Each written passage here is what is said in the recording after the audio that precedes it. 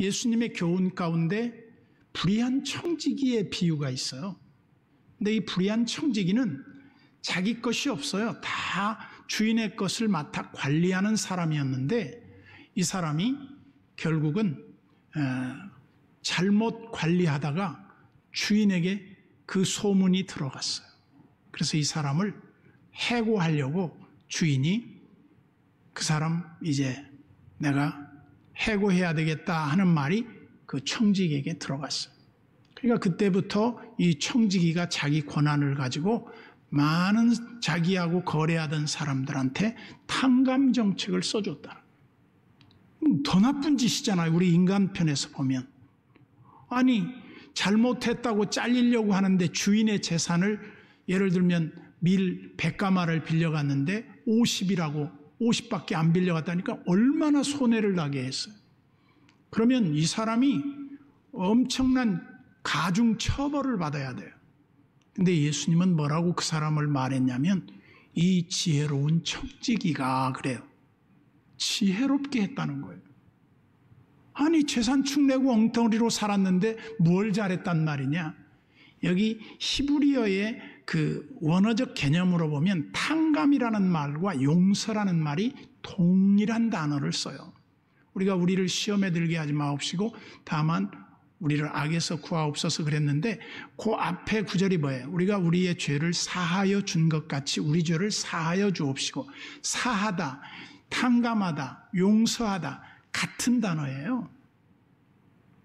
그런데 오늘 제가 무슨 말씀을 드리려고 하느냐면 탕감하는 이런 자세가 하나님께는 굉장히 잘했다고 하는 것이구나. 용서해 주는 것을 굉장히 잘한 것으로 칭찬하고 계시는구나. 그 사람의 삶이 뭐 어떻다 그거보다 더 중요한 것은 용서하는 그런 마음을 가졌느냐 안 가졌느냐, 남의 허물을 용서해 주느냐 안 해주느냐가 이 지혜롭느냐 지혜롭지 않느냐의 결정적인 단서가 되는구나. 그러면서 오늘 여기 25장은 세 가지 비유가 나옵니다. 첫째, 열처녀의 비유가 나와요. 그 다음에 두 번째 단락에서는 달란트의 비유가 나와요. 그리고 이제 끝단락에서는 양과 염소의 비유가 나와요. 이 세 비유를 통해서 우리에게 말씀하시려고 하는 그 메시지의 핵심이 어디 있을까요? 종말을 사는 그리스도인들에게는 반드시 결산할 때가 있다. 마지막 내 삶에 대한 평가를 받을 때가 있다. 여러분과 저도 마찬가지예요. 한 공동체 안에서 함께 살면서 여러분들 세세한 거 못 보죠. 제가 여러분들의 삶에다가 내 세세한 걸 다 보여줄 수도 없겠죠. 그럼 우리는 이제 개념적으로 어떤 느낌이 듭니까? 우리 인간은 한 사람을 만났을 때 소위 퍼스널리티부터 그 사람에 대한 관계 속에서 오는 그 사람을 내가 정의하고 이해하고 그 사람을 어떤 사람으로 받아들이느냐에 대한 자기 나름대로의 원칙이 있어요. 그 원칙 가운데 저는 중요한 원칙이 하나 있다고 봤어요. 그게 뭐냐면 한 줄 평가서라고 하는 거예요.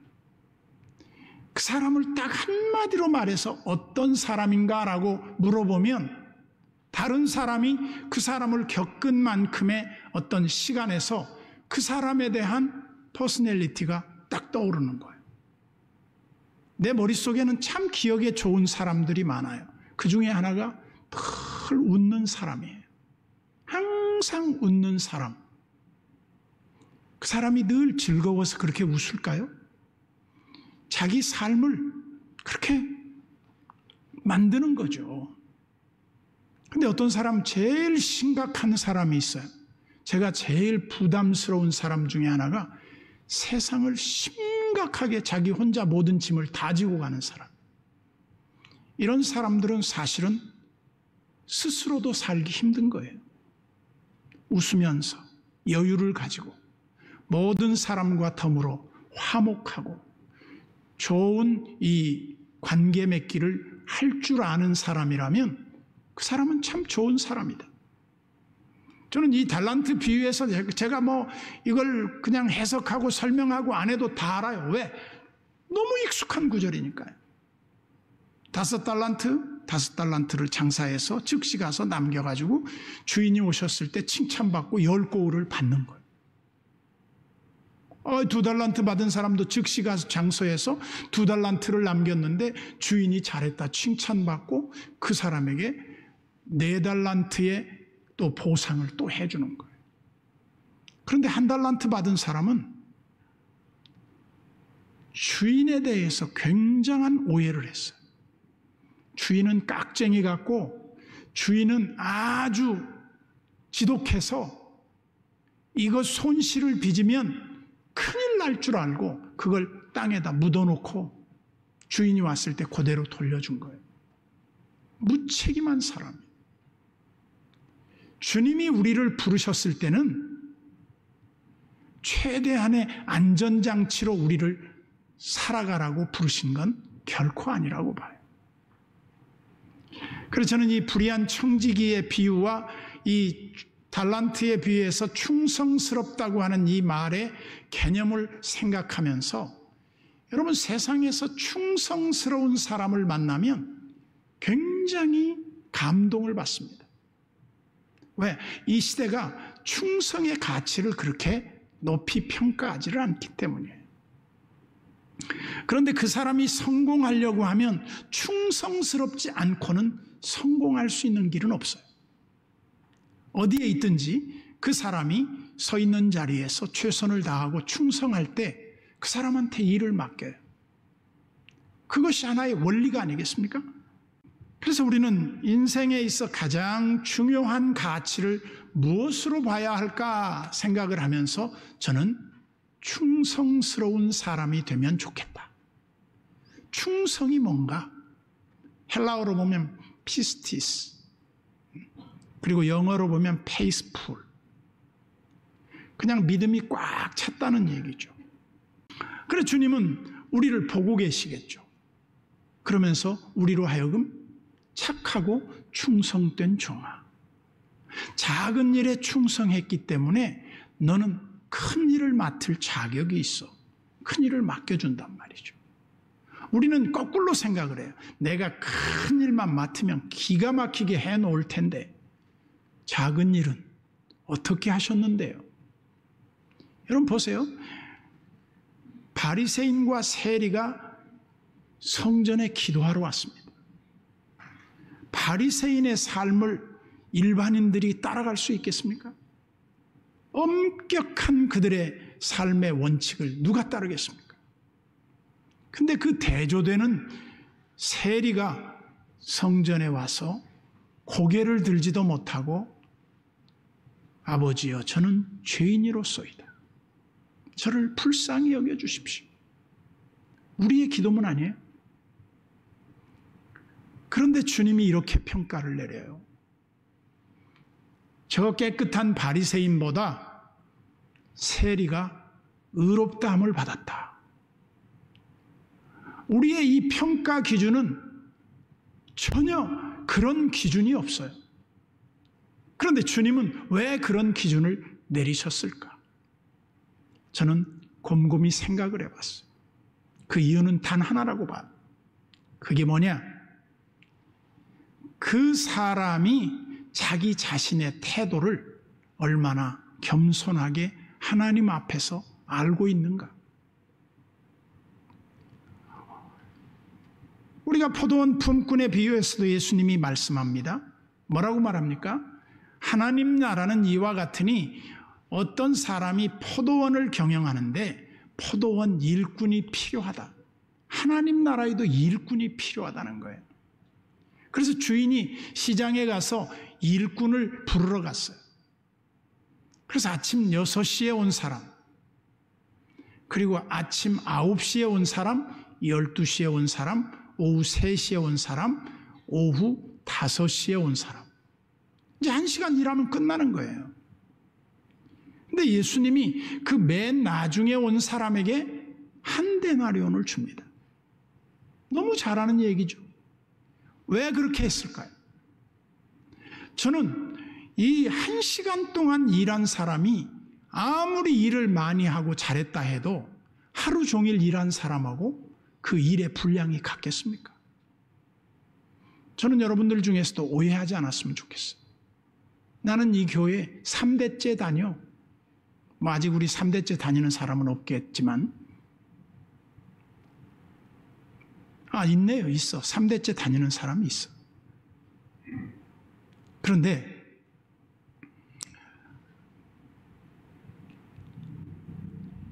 나는 이 교회 내가 처음부터 개척 멤버야. 오래된 것을 자랑 삼아 얘기할 수 있는 사람이 있겠죠. 그러면 그 사람 앞에 이제 교회 나온 지 얼마 안 되는 사람은 난 뭐 내세울 게 없는데. 그런데 시간의 문제가 아니라 태도의 문제라는 거죠. 항상 그래요. 모든 일은 시간과 분량의 문제가 아니라 태도의 문제다. 주님이 우리를 어떻게 보느냐. 여기 열처녀의 비유에서도 태도의 문제, 이 달란트의 비유에서도 어떤 태도로 일했느냐, 그게 중요해요. 그리고 양과 염소의 비유에도 본인들이 의식하지 못해요. 잘한 사람도 못한 사람도 자기의 삶을 의식하지 않은 가운데 일관성 있게 그렇게 살았다는 거죠. 그러면서 주님이 평가할 때 뭐라고 말해? 지극히 작은 소자에게. 주님은 이 작은 것의 가치를 아시는 것 같아요. 인간은 작은 것의 가치를 무시해요. 이런 일이 있었다고 합니다. 남극 운석 탐사팀이 있었는데, 남극 운석 탐사팀이 썰매를 끄는 개 8마리를 데리고 남극에 도착을 했어요.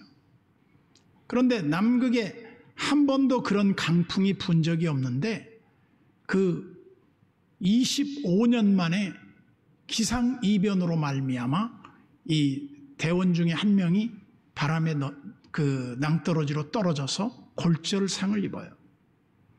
그래서 그 사람을 태우고 헬기로 이동하면서 헬기에 탈 수 있는 인원이 제한되다 보니까 당연히 썰매 끄는 개들은 거기에 남겨두고 올 수밖에 없었어요. 그러면서 그 떠나는 대원들이 개한테 미안한 마음으로, 야, 미안하다. 우리가 꼭 다시 올게.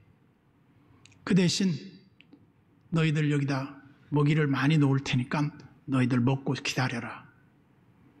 그러고 떠났는데 날씨가 좋아지지 않는 겁니다. 그러면서 175일이 지났어요. 그런 그때에 한 대원이 백방으로 그 개를 구출하기 위해서 노력을 해봤지만 스폰서가 없었어요. 그래서 이 사람이 자기 사비를 들여서 175일 만에 그 남극에 갑니다. 갔는데 놀랍게도 그 썰매 끄는 개들이 거기에 막 눈을 헤치면서 달려오는 거예요. 그걸 끌어안고 그 사람이 우는 거예요. 영화가 아니에요. 실화예요, 이거. 이걸 보면서 뭐 영상이 하나 떠올리죠. 사람과의 약속. 작은 약속이라도 지키려고 하는 사람은 우리에게 감동을 줘요. 꼭 그렇게까지 하나도 하지 않아도 되는데 그렇게까지 살아야 하나? 조금은 고지식할 정도로 일관성을 가지고 있는 사람들이 있어요. 그런 사람을 우리가 뭐라고 말합니까? EQ가 높다, 그렇게 말해요. 우리가 살고 있는 이 세상에서는 많은 사람들이 무엇을 꿈꿉니까? 성공을 꿈꿔요. 큰 인물이 되기를 원해요. 유명한 사람이 되기를 원해요. 그러나 그렇게 사는 그렇게 되기 전에 그 과정은 어떤가? 이걸 놓쳐버리는 사람들이 너무 많다 이 말이죠. 로렌스 올리비에라고 하는 영국의 유명한 스타가 있습니다. 이 사람은 유명한 연극 배우로 극단에 입단을 했지만 아무런 배역도 주지 않고 무명의 시절을 보내면서 허드렛 일만 하고 있었어요. 그러던 어느 날 이 사람에게 기회가 와요. 어떤 기회가 오냐면 배역을 맡은 사람이 갑작스럽게 올 수 없다는 말을 듣고 그 감독이 이 로렌스 올리비에에게 대역을 맡긴 거예요. 근데 대역은 무슨 일이냐 물어보니까 30초 동안에 황급히 뛰어와서 몇 날 며칠을 달려와서 왕에게 그 경비병이 전쟁이 일어났습니다. 그러고 퍽 쓰러져 죽는 거예요. 그런데 이 사람이 추운 겨울에 밖에서 3시간 동안 뛰는 거예요. 아주 숨이 여기까지 찰 때까지 뛰는 거예요. 대역을 맞고 들어오라니까 얼마나 헐떡거렸겠습니까? 그 자리에 가서 쓰러지면서 왕이요, 전쟁이 일어났습니다. 그리고 이제 쓰러졌죠. 근데 이게 얼마나 연기를 사실적으로 잘했는지 모든 사람들에게 압권으로 이게 다가온 거예요. 그래서 이 사람이 조연 배우를 맡아요. 그리고 주연 배우가 되고 영국의 유명한 스타 배우가 돼요. 우리는 작은 일 하나가 내 인생을 가른다는 사실을 놓치기 쉽습니다. 어떻게 하느냐예요. 사람들의 의식구조 속에는 이런 생각이 많아요. 꽝 잡는 게 매야. 결과만 좋으면 좋아. 과정은 그렇게 중요하지 않아. 그러나 그렇지 않습니다. 반드시 그 과정이 언젠간 드러날 때가 있어요. 하나님은 과정을 중시해요. 페어플레이를 중시해요. 그 사람의 삶의 그 지나온 날들을 주님은 주시해서 바라봐요.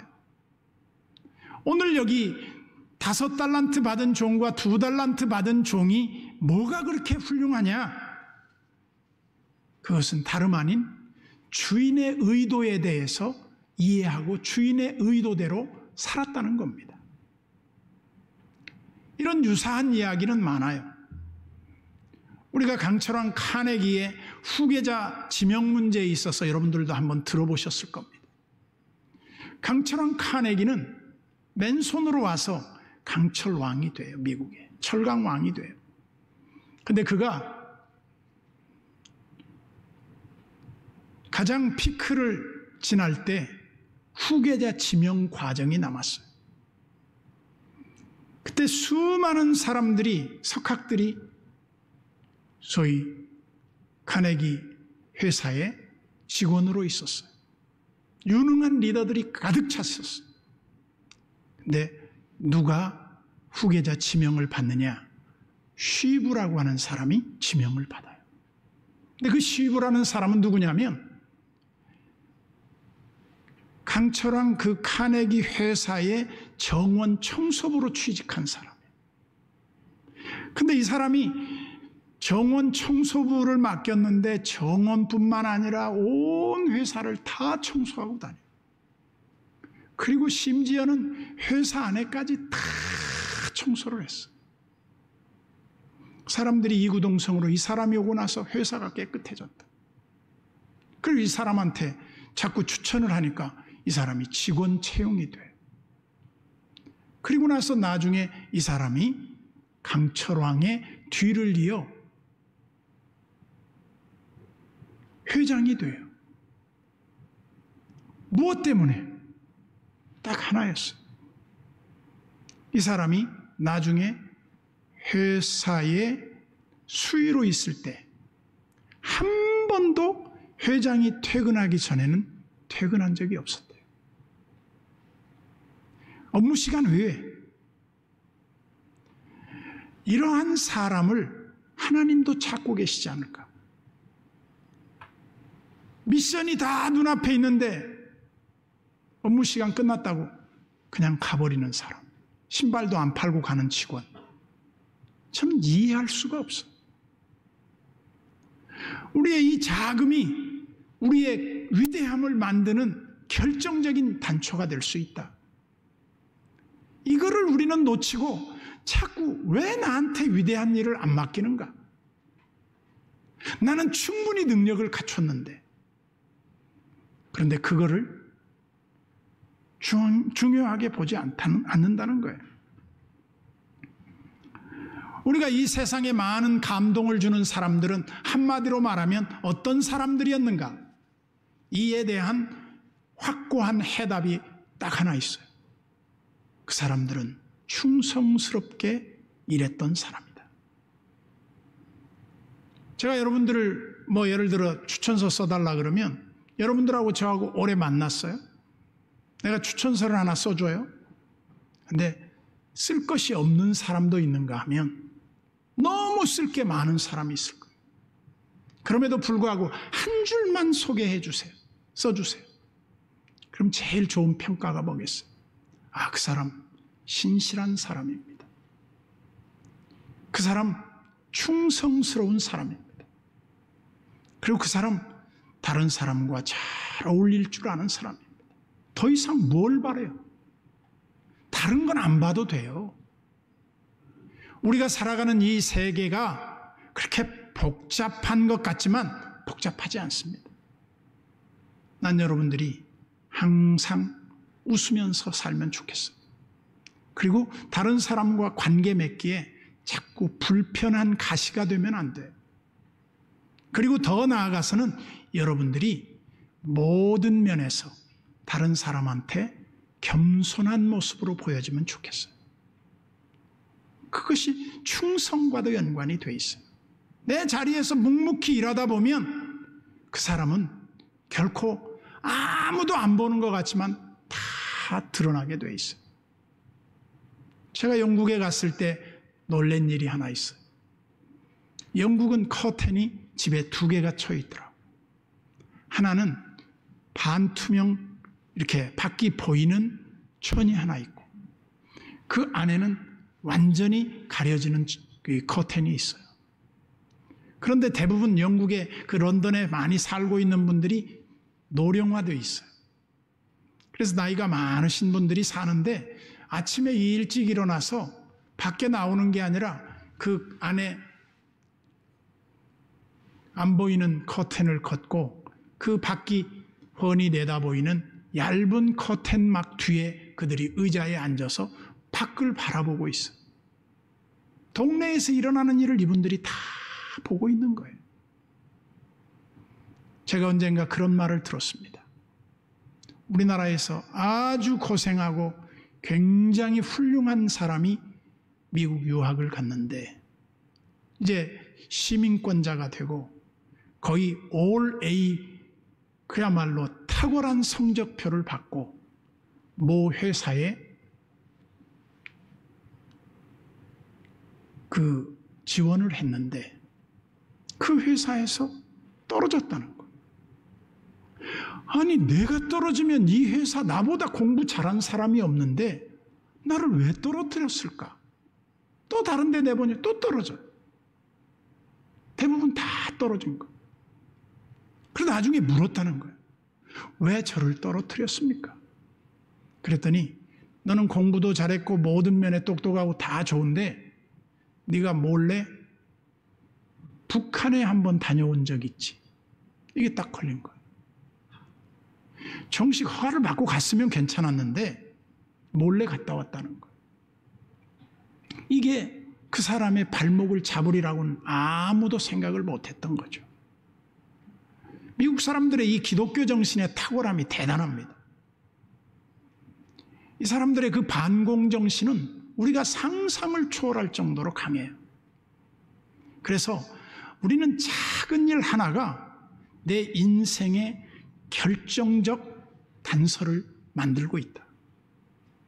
그래서 주님은 작은 일에 충성된 자는 큰 일에도 충성되다. 이거를 우리에게 강조하고 이거를 잊지 말라고 종말론적 신앙을 살아가는 우리에게 주시는 경고의 메시지가 아닐까.